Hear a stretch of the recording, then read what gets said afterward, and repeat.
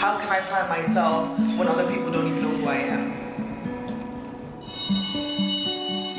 I'm Monica Anthony, and when I attended high school in 2014, I could recognize right away that there weren't many people that looked like me. And I want to know, was it just me? Today, we're going to ask other people about their stories and see how they feel about representation now.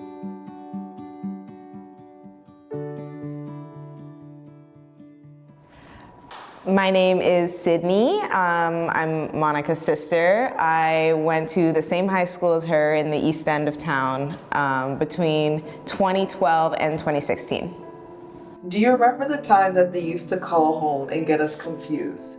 Yeah, I mean, that happened all the time. High school is already a time when you feel like you're trying to find yourself. Absolutely. And I feel like as a Black woman in a primarily white institution with white people everywhere, it makes who you are and your identity feel like that much harder to discover. It makes me think of the situation for Multicultural Night. Multicultural Night, we're really involved in the group that was putting it together.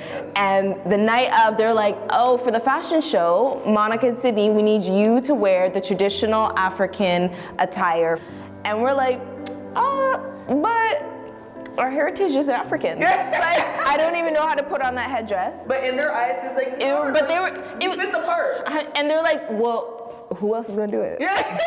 It epitomizes what I'm speaking about in terms of who you are and your identity didn't matter. The fact that we have Caribbean roots, no, they're not thinking about that. They're like, no, but you're Black. And nowhere they want to ask, like, oh, hey, where are you guys from? No. You're very right. They would never ask. And then easy, bring a few things, bring a Jamaican flag, bring out, how many shirts and stuff that we have. I don't even know where it came from. Yeah.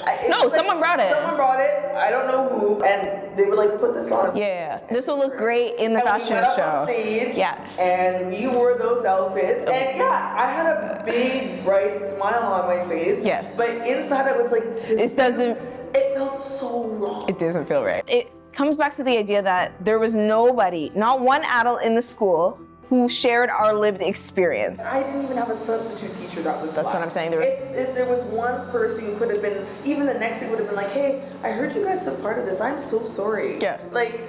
Or just being like, hey, I didn't know you guys were African. No, you're right when you say that not one person even asked.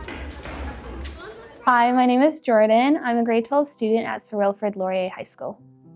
In high school, is there really a lot of Black teachers? Straight up, no. I could count on one hand of how many Black or biracial teachers there are. There isn't a lot of opportunities at high school to connect with your community.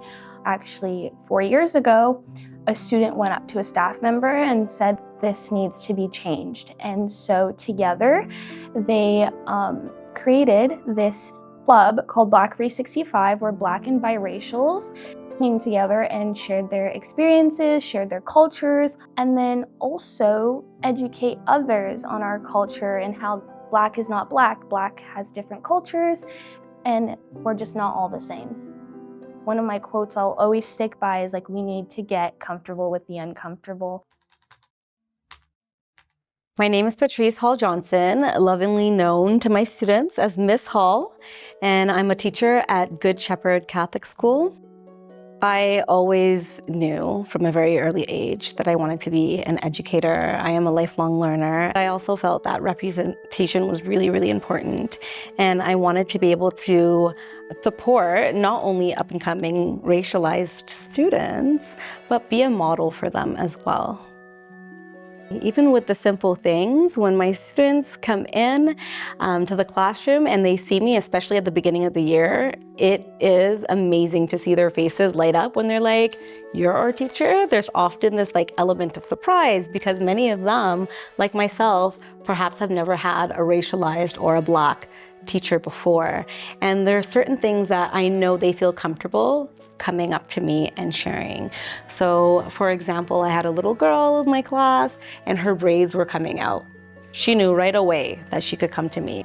So just for them to like see themselves reflected in the classroom space, reflected in the school, and of course I take pride in having them reflected in my teachings and the things that we celebrate and learn within the classroom.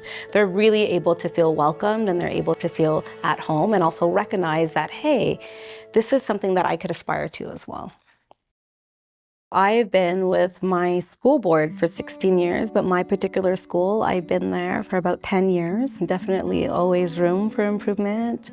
I have seen a shift in terms of like, the diversity here in Ottawa. As I mentioned before, as a child growing up, I'm a product of the 80s. The classroom space was not really diverse. Even the teaching staff, the support staff, there wasn't a whole lot of diversity. Now I'm seeing a lot more, right? And the students are coming in with a better sense of self and with more confidence, right? And they're happy to share about themselves and their lived experiences. And sometimes all they need is someone who cares enough to ask. They don't even know. Have some patties in the calf, okay? Absolutely, absolutely. And that Of today, what in the stories you shared, what do you want people to take away? That it doesn't always have to be Black people that have to speak up. I would say one of my biggest takeaways is that we shouldn't be clumped into one category. My biggest takeaway is with the whole theme is just representation really matters, Absolutely. especially when we're young. I didn't have a Black teacher until university. I hope students just, at the end of the day, keep advocating for themselves. Like you said, the student unions, Black 365, like I hope that stuff never stops and it continues. And we're loud, we're proud, we celebrate Black History Month. Yeah, and we can highlight Black excellence outside of Black history.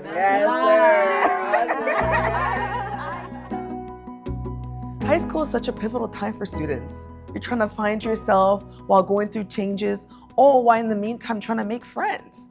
But today, I continuously make the conscious effort to find myself in spaces with people who look like me. This could be going to Caravana in Toronto, going to the Black Business Expo in Ottawa, or even just going to Black History Month events that take place in February. But to me, these things are important because representation matters.